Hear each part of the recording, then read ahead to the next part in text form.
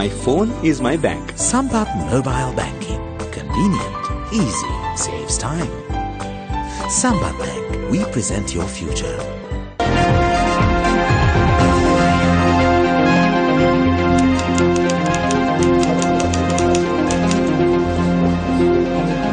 Good evening and welcome. This is News First Primetime News. I am Shaheen Jurangpati. And I'm Sonali Wanikabadage. We start off first with a look at the stories making headlines tonight. President seeks international support to battle kidney disease. US President Barack Obama remarks on re-election. But under our Constitution, I cannot run again. I can't run again. Election promises cannot be fulfilled without increasing government revenue. A statement from DEW Gunasekara. SC determines leave to proceed cannot be granted against Sajid Premadasa in the petition alleging misappropriation of funds at the Department of Divinaguma.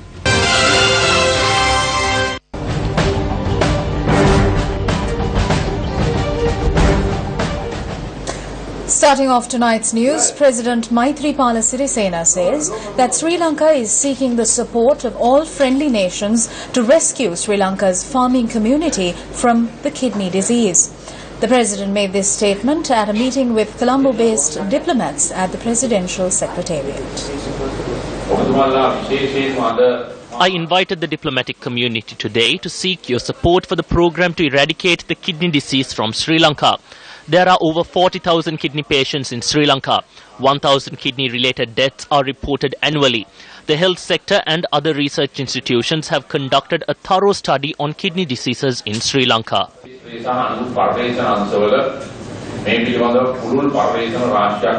are providing, particularly to address the issue of chronic kidney disease.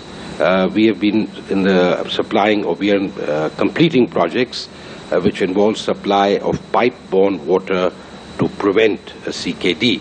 Japan is implementing Anuradhapura North Water Supply Project through JICA to secure the access to safe drinking water for more than 60,000 people in Anuradhapura. Australia has been contributing to the resolution of water supply issues around the country over a long period. We're currently 1 year into a 3-year project working with World Vision, worth $2.5 million, supplying water to 100,000 people in the northern province. And we've also made some contribution to the resolution of the contamination issues faced in the Jaffna district this year. A Dutch risk reduction team which deals with reducing the risk of water-related disasters. This is a team of experts that can be discharged to countries that ask for their assistance. Sri Lankan President Maithripala Sirisena visited the Indian High Commission this morning to express his condolence over the passing of former Indian President Dr. Abdul Kalam.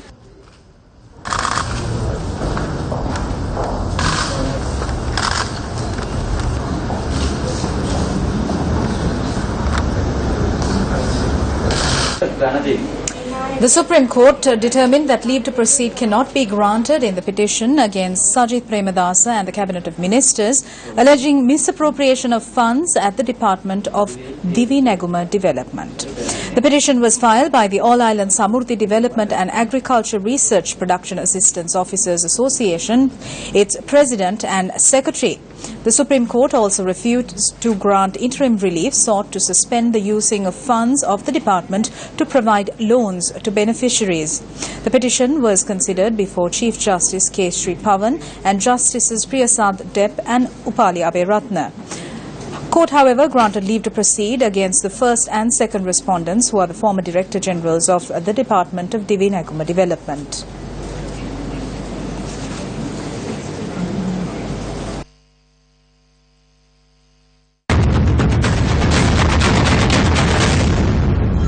Let's now take a look at the views expressed by leaders of political parties ahead of the August 17th polls.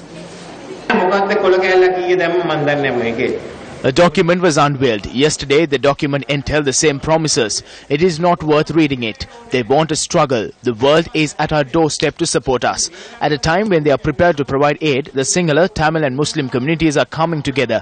At a time when we are being recognized, we have to reap the benefits. I wish to ask whether we are going to undertake this task or we will engage in politics, where we will lose everything due to our party agendas. That is the decision that lies on the 17th of August. Let's take a look at a police constable. Some who join the force as a constable retire as a constable.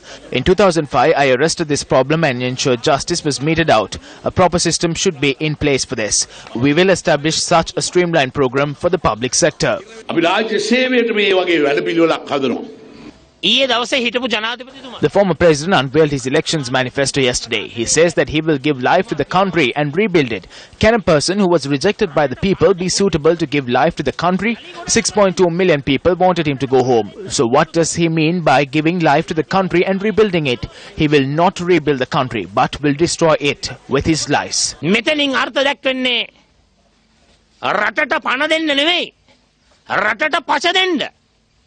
He will attempt to rebuild himself with such lies.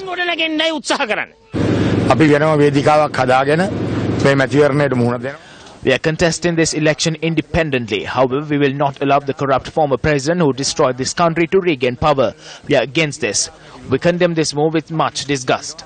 We request the people to use their intelligence and not cast their vote for those who are corrupt, who do not respect the rule of law and against democracy.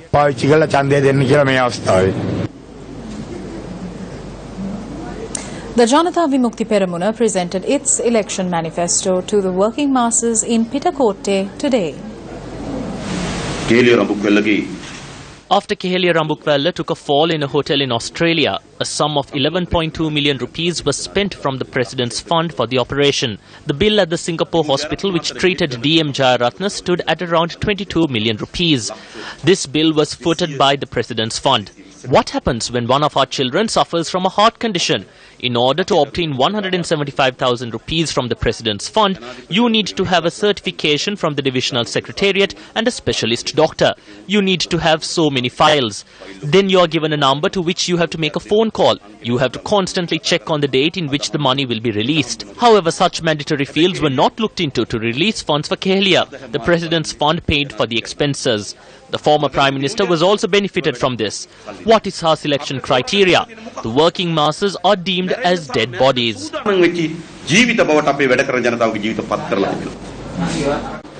Welcome back. Still in local news, the enjoining order which was issued by the Colombo District Court preventing the Central Committee of the Sri Lanka Freedom Party from convening without the authorization of party chairman President Maithripala Sirisena was extended until the 7th of August today. The order was issued by Colombo Additional District Court Judge Harsha Sethunga upon a request made by Attorney-at-Law T. Veragoda. Court issued the enjoining order on the 15th of this month after considering a petition filed by SLFP member Prasanna Solanga Arachi. Filing a proxy in court today, a lawyer representing the General Secretary of the Sri Lanka Freedom Party, who is the defendant in this case, obtained a date to file a statement of objections and answer. The enjoining order was extended until the 7th of August. Let's now take a look at some of the views expressed on the political stage. I bow my head and salute all of you who contributed to the Rainbow Revolution that took place on the 8th of January for the sake of democracy to ensure the victory of Maithripala Sirisena. We will not allow any force to reverse the struggle which we won. All I have to say to Ranil Wickramasinghe is that your face is full of rainbow colours. It is this rainbow family which is ruling the country today. On the 8th of January, the people were given a toffee. This toffee had the wrapping change, but it did not taste like change.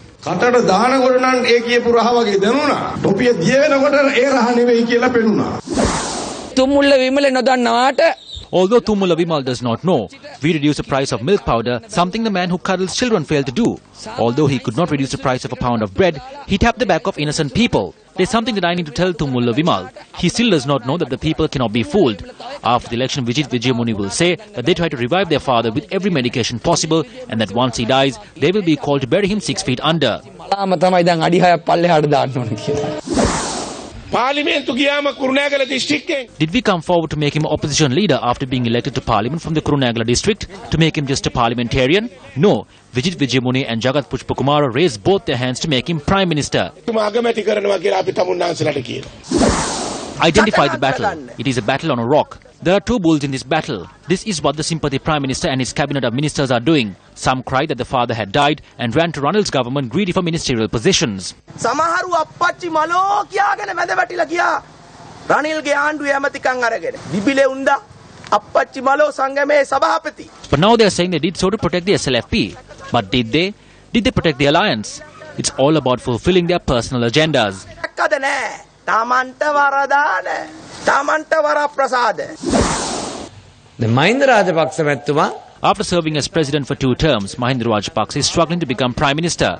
That is like the postmaster general trying to be the peon and the inspector general of police trying to be a constable. Everyone is cognizant about his actions. He is trying to gain power through the back door and somehow sweep all the thievery and court cases under the carpet. The people have realized this. ජනතාව තේරුම් අරගෙන තියෙනවා. අපි හොරා කියන අයට අපි කියනවා ඔය. To those who are labeling us as thieves, I want to make a suggestion to them. Wash your faces before you scream out at political stages and make this submission before a mirror. You will then see who the real thief is. Why are all of these conspiracies and forces getting together like they did for the presidential election? Because they see Mahinda Rajapaksa's victory. පේනවා මහින්ද මහත්තයාගේ ජයග්‍රහණය. Maithripala සිරිසේනතුමා කිව්වා මේගොල්ලොත් එක්ක ඡන්ද ව්‍යාපාරයට මට එන්න බැරි. Maithripala Sirisena said that he will not represent these people for their election campaign. In his own words, he said that persons who are much better at building the country and not corrupted be fielded to represent parliament. So no matter what agreement they sign and what creations they make, it is clear that it is these very people who are protecting the rogues and the corrupt. This was confirmed by President Maithripala Sirisena.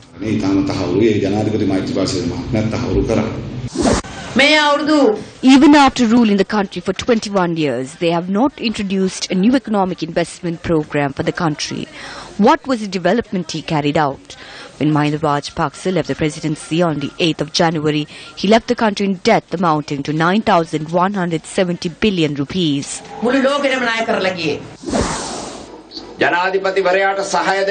The country is in need of a parliament that can give its strength to support the president. This parliament does not need members who raises their hand for every bill. The voice of the people should be represented in parliament.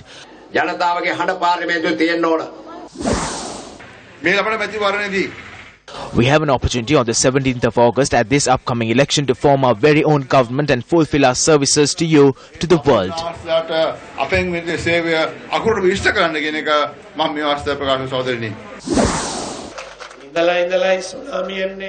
Tsunamis are rare occurrence, but even on the day that the tsunami struck, the people of Maharagama had the national flag raised high.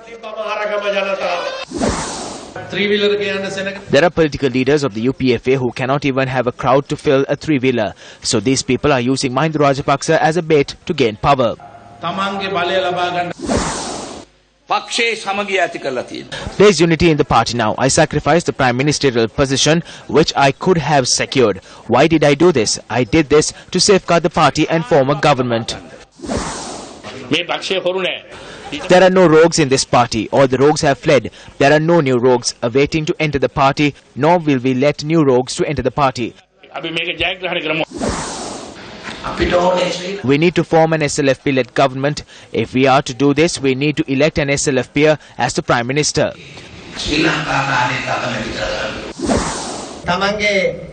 Politicians are savoring the comfort and riches in life because of the political decisions we made, solely because we were able to fulfill our own temporary benefits of getting a job, promotion and getting our child into a school. It is the leaders of the Democratic Party who have fielded candidates who have leadership, management and political skills.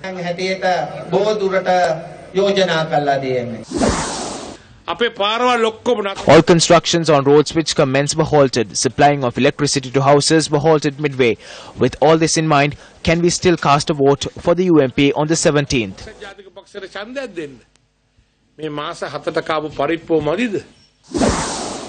It may be a parliamentarian or, if at all, just a candidate. If that person's husband or wife, child or anyone in that family who has connections to any kind of illicit trade and is contesting the election, do not cast your vote for that person. It is not because of anything else, but because there is a need to clean the political system of this country.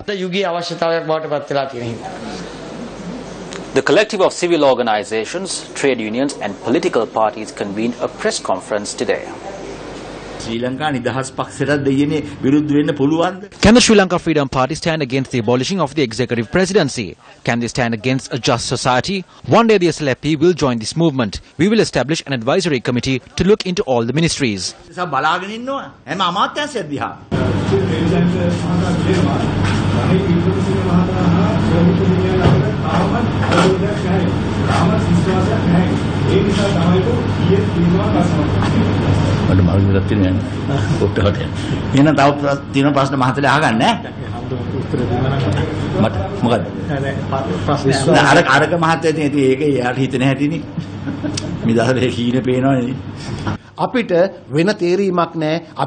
We have no other option. The only understanding we have is with the United National Front. The old agreement was renewed and there are new inclusions. Civil සංවිධාන සියල්ලම එකතු කරලා all civil organizations led by the Venerable Thero have come together and have established an advisory committee. It will look into whether the matters agreed are implemented. The civil organizations will show force in this and will provide its support for the implementation. මෙම ගිවිසුමේම ගිවිසගෙන තියෙන බව කියන්න ඕන. Leader of the People's National United Front for Good Governance, or PNUFGG, Susil Kinelpitiya, attended a meeting in Vellampitiya today. Susil Kinelpitiya, who is contesting from the Colombo district, also launched his election campaign today. When electing a parliament this time around, please elect intelligent people who love the country, honest people who can fight against these rogues and the corrupt in a way that they can be controlled at the very least. We know that there are rogues and fraudsters on both sides. So what I am saying is that we should elect people to parliament who can contain these people and speak for the country and for the rights of the people. Just days after the CID informed court that late Ruggerite Wasim Tajuddin was murdered, views were expressed at a number of media briefings regarding this matter. The country knows how the death of Tajuddin took place. There are doubts that the government did nothing because it was involved in it. The CID says that his neck was stabbed with a sharp object. A sharp object was also used on Lasantha. In addition, the ribs were also fractured. His head also had injuries. How can these be proven? Information needs to be presented to prove that. They are asking us to prove the murder. It is difficult to do so overnight.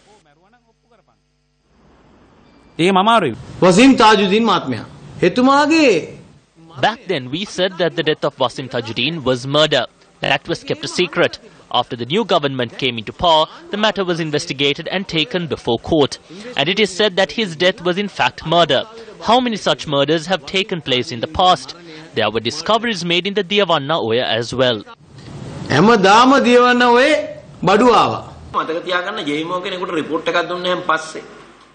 After a JMO submits a report, further details can only be reported to court and another report cannot be produced. If that happens, it will be considered as special evidence under the Evidence Ordinance. I took up criminal cases for 10 years. What are they trying to do now? They are trying to use suspicious incidents and use it to sling mud at certain persons. This is their attempt.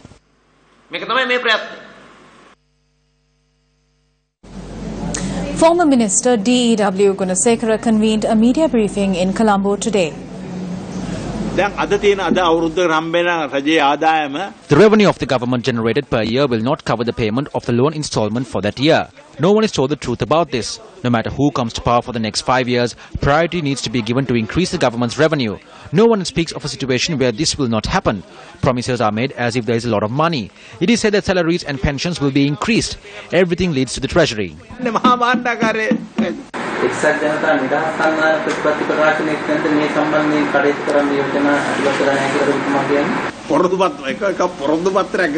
That was only a document of promises. That was not a policy. If we do not make a change in the tax policy and if we do not increase the income of the government, we cannot move forward. None of these promises will be fulfilled.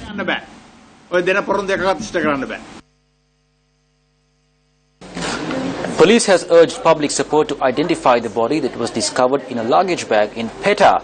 According to the police, the magisterial inquiry was carried out this afternoon. Hello? The body of a woman was discovered inside a baggage at the private bus depot in Bastin Mawatha Peta. According to the police, the baggage in which the body was stored was found in close proximity to the Anuradhapura bus stop based on a tip-off. The body is of a woman aged between 32 to 40 years. She was 5 feet 2 inches in height. She was wearing a gold chain with a pendant. There's a symbol in the pendant. After the magisterial inquiry, the body has been moved to the police morgue at the National Hospital in Colombo. The 23rd World Scout Jamboree Scout Mondial commenced in Yamaguchi, Japan today. Newsfirst Yasarat Kamalsiri filed this report from Japan. The World Scout Jamboree is an official educational event of the World Organization of the Scout Movement. Around 27,000 scouts aged between 14 to 17 from 140 countries are part of this event and is held under the theme A Spirit of Unity. The theme of this World Jamboree is unity. And someone asked me, how are you going to promote unity? And when you get 30 or 35,000 scouts from around the world, there is no need to have a plan for promoting unity. Just the fact that they're together here and they learn about each other's cultures, each other's differences, that if there's going to be peace in the world, it's going to be because scouts sit down together across the table and make the peace happen. The Sri Lankan contingent comprises of 73 scouts and 6 officials, together with 23 representatives from international services.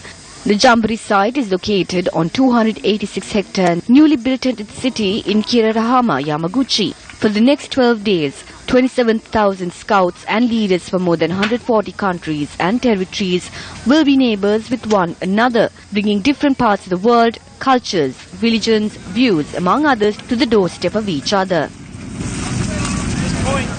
A reconciliation program organized by the National Christian Evangelical Alliance of Sri Lanka and the Ranaviru Seva Authority for War-Affected Women from the North and East was held under the auspices of Canadian High Commissioner to Sri Lanka, Shelley Whiting, in Colombo today. In Sri Lanka, although the physical devastation left by the war is less visible now, the social impacts and psychosocial issues remain, often harder to address and assess. Canada recognizes the difficult and painful tasks Sri Lanka faces in addressing accountability and reconciliation. We believe engagement and inclusive dialogue is the only way forward. There is no shortcut or simple prescription for the process of healing and trust building. It cannot be done overnight. Creating trust and understanding across Sri Lanka demands courage, political leadership, and a willingness to embrace each other.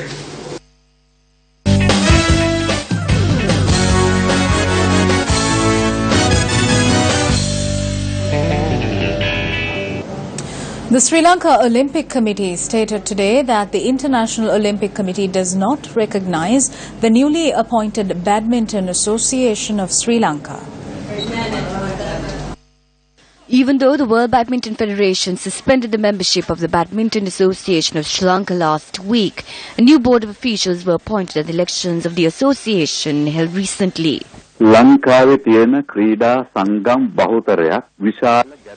A number of sports bodies in Sri Lanka are currently facing problems. The Sri Lankan government tried to address these problems by appointing their people. However, it is the former committee that is recognized by the World Badminton Federation and other foreign bodies. If the Olympics Committee functions in the proper manner, this issue can be solved within a week. Therefore, I make a request from President Maithripala, Prime Minister Ranil Wickremesinghe and Sports Minister Namin Dissanayake to establish a presidential commission in this regard with immediate effect and solve the issues.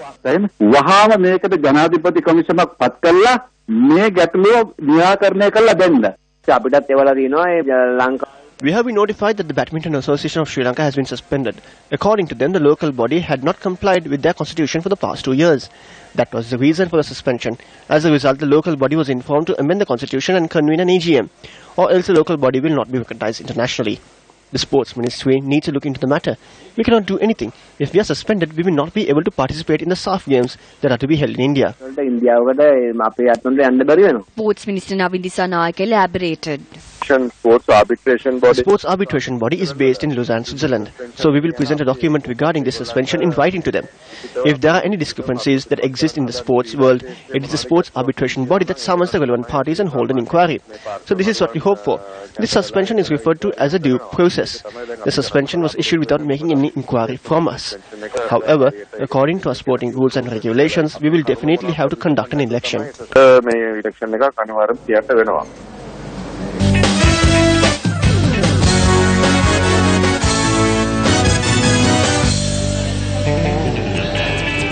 And that wraps up Primetime News for tonight. Just a reminder, if you missed out on any of the stories we just aired, you can log on to our award-winning website, www.newsfirst.lk. I'm Sonali Manikapatake. And I am Shahin Drampati. Good night and take care.